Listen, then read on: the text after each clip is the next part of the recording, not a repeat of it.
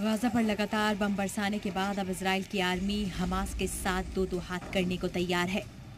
Israel ने फिलिस्तीन के शहरियों को 24 घंटे के अंदर गाजा का नॉर्थ इलाका खाली करने को कहा था और अब वो 24 घंटे बीत चुके हैं। अल्टीमेटम का टाइम खत्म होने के बाद इजरायली आर्मी एक्शन में दिखी और उसके टैंक्स अब गाजा बॉर्डर पर तैनात हो गए हैं। ये टैंक आगे बढ़ते जा रहे हैं, काफी शक्तिशाली टैंक है। इजरायली सैनिकों की आप तैनाती देखिए, इस वक्त आपको वेव करते हुए दिखाई पड़ेंगे यहाँ पर आगे बढ़ते हुए, क्योंकि काफी जो उनके आम लोगों को यहाँ पर मारा है हमास ने, उसका बदला यहाँ पर इजराइल ले रहा है। इजराइल के टैंक्स और बख्तरबंद गाड़ियों का लंबा काफिला गाजा की तरफ जाता हुआ दिखाई दिया। गाजा की तरफ बढ़ता टैंकों का काफिला बता रहा है कि इस बार इजराइल हमास की जंग और ज्यादा खतरनाक होने वाली है। इजराइल हमास पर सबसे बड़े हमले की तैयारी भी कर चुका है।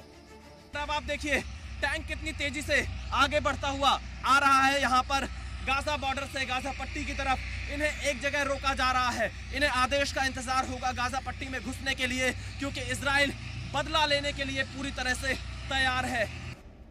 जैसे ही ऑर्डर आएगा इजराइल की आर्मी आगे बढ़ जाएगी। हालांकि इजराइल की धमकी का हमास पर कोई असर नजर नहीं आ रहा। उसने इजराइल के इंतबाह को गीदड़ भपकी बताया और अपने शहरियों से कहा कि उन्हें इजराइल के झांसे में आकर कहीं जाने की जरूरत नहीं है। हालांकि फिर भी कुछ लोग महफूज मकामात की तलाश में जाते नजर आए। गाजा की खंडर इमारतें बता रही हैं कि ये जंग कितनी शदीद है। अगर इसी तरह हमले जारी रहे तो दोनों जानिब काफी ज्यादा नुकसान हो सकता है। फाइनल चढ़ाई से पहले आज रात भी इजराइल ने गाजा पर बम बरसाए।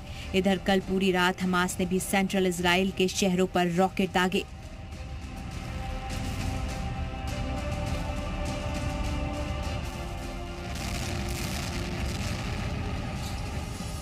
तेल अवीव में रॉकेट हमलों के सायरन बजने के बाद लोग बंकर्स की तरफ भाग रहे थे।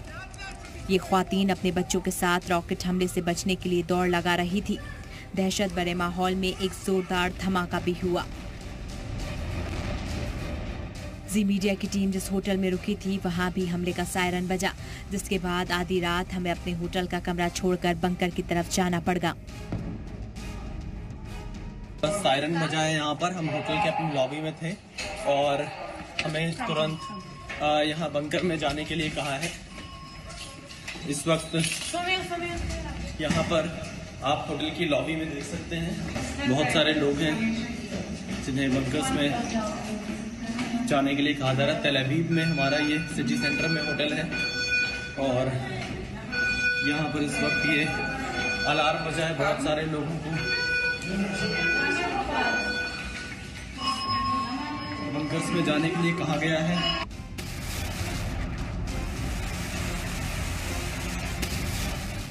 एक तरफ जहां इजराइल लगातार गाजा और उसके आसपास के इलाकों में हमले कर रहा है, वहीं दूसरी तरफ गाजा की जमीन से हमास इजराइल पर लगातार रॉकेट दाग रहा है।